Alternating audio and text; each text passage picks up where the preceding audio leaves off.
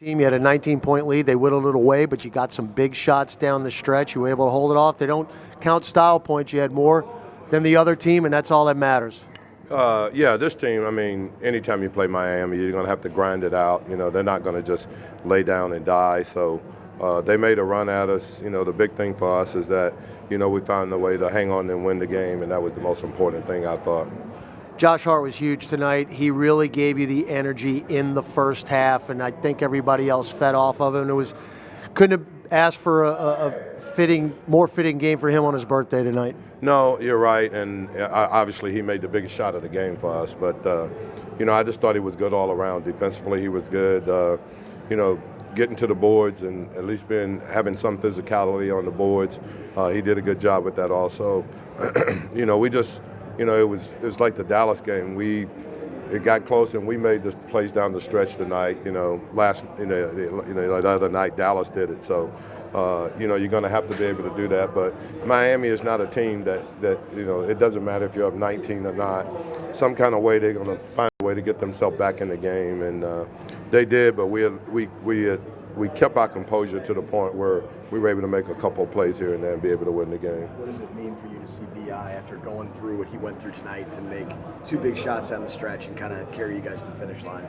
Well, you know, I mean, he didn't shoot a great percentage, but you know, it doesn't matter if you make the big shots down the stretch. You know, he had a lot of shots and some, you know, questionable from a foul standpoint, but you know, he just continued to play, and I thought when we needed him most, he came up with two big shots. With his physicality and his aggression that he plays, well, how much does it change things when you get a good game out of Josh Hart the way you did tonight? Well, it changes anything when you get a game like that out of the bench, and I thought our bench did a good job. Frank came in and gave us some good minutes, and you know, but Josh obviously was the guy that off the bench that was the star for us really, and then we just had a couple of guys that come up with some big plays. You solved it late tonight, but what's been the issue that slowed you guys down in fourth quarters? That slowed you out in the first 6 minutes of this one. You got to figure it out afterwards. Well, I think we've got to continue to play with pace, and you know, I think what happens, especially when we have a league, sometimes we play a little slow, almost like we're trying to protect the league. The one thing we've got to get accustomed to is that we got to play with the same pace and the same energy and play in the same spacing, and then we'll manage the clock in the last 4 or 5 minutes of the game, but not the 12 minutes that you have to play in the fourth quarter. Coach, tell us about that feeling of elation you had on winning the coach's challenge. It was a great feeling. It took 66 games to get it, but you know, I felt like you know, it was so deserving, and it was something that I longed for 66 games, and I was just glad that it happened. That one was pretty obvious, though. If we'd have lost that one, I was not going to challenge anymore the rest of the year. But that one was pretty obvious. Talking with JD on the air, thought you were going to do a cartwheel. We didn't know if you had that in you. No, I don't have a cartwheel in me. I can tell you that right now.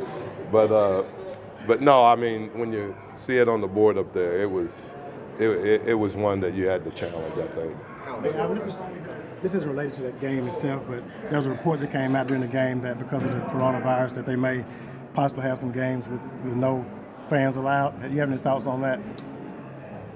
You know, it's just a real tough situation. I mean, I think all of us here, you know, I mean, I'll give you an example. I went 5 places today to buy hand sanitizer, none in the whole town really, you know. So I think people are they're scared, and I think it wouldn't surprise me if that did happen. You know, I think some of the colleges are already doing it. I think Johns Hopkins did it just the other day. So it's one of those situations. I think we all got to be careful, and so especially with our guys and everybody else, I don't think you can take it personal if you stick your hand out for them to shake it, and they don't. You know, so I don't want anybody to think that it's something personal, but you know, with everything and how easily it can be transferred, I think you got to understand those situations. But you know, it's a tough situation, I think, all around.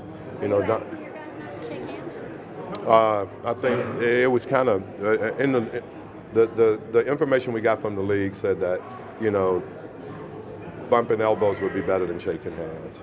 You know, even the high five, even with each other, you know. So, you know, it's gotten to that point now. So it's just a really, really difficult situation. But I think we all got to be responsible as we possibly can, and you know, and try to manage it as best we can. The Pelicans only had 38 points in the paint. How much of a factor was the Miami Heat zone defense into deterring you guys from getting inside?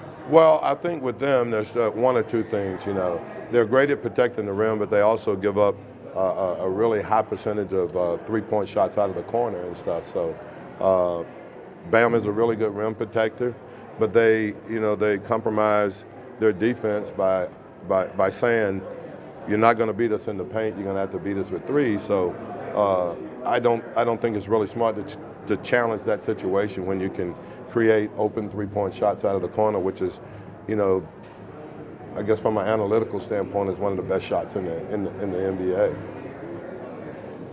Thanks, Coach. Is it good to have 20 people surrounding you talking about coronavirus?